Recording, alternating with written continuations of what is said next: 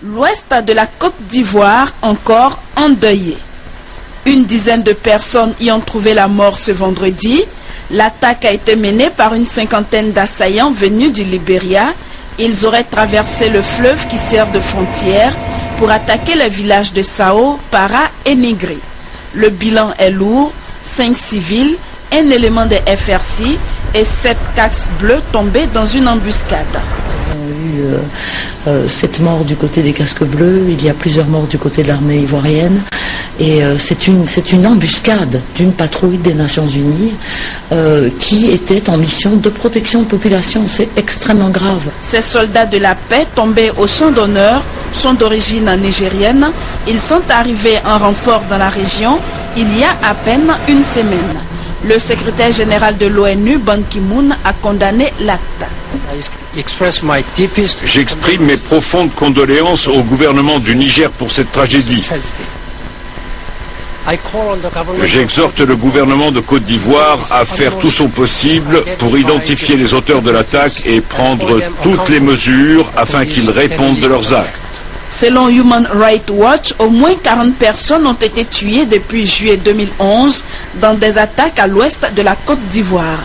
L'Organisation de défense des droits de l'homme attribue ces crimes à des forces fidèles à l'ancien régime, des mercenaires basés au Libéria voisin ou embusqués dans la forêt de Taï.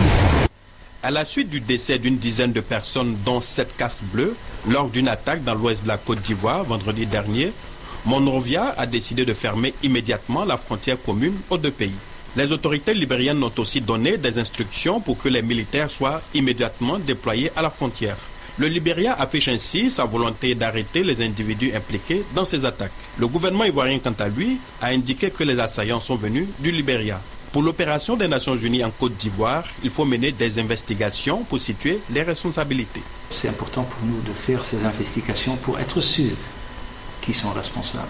Parce qu'il y a aussi là beaucoup de rumeurs. C'est possible que ça vienne du côté de Libéria ou du côté de Pro-Gbagbo, mais il faut voir.